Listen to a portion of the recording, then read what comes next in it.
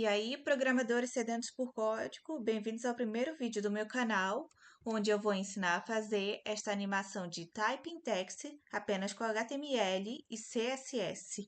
Vou usar a função de Live Service do VS Code para ver as mudanças sempre que fizer Ctrl S no código, ao invés de fazer toda hora refresh na página. Bora começar?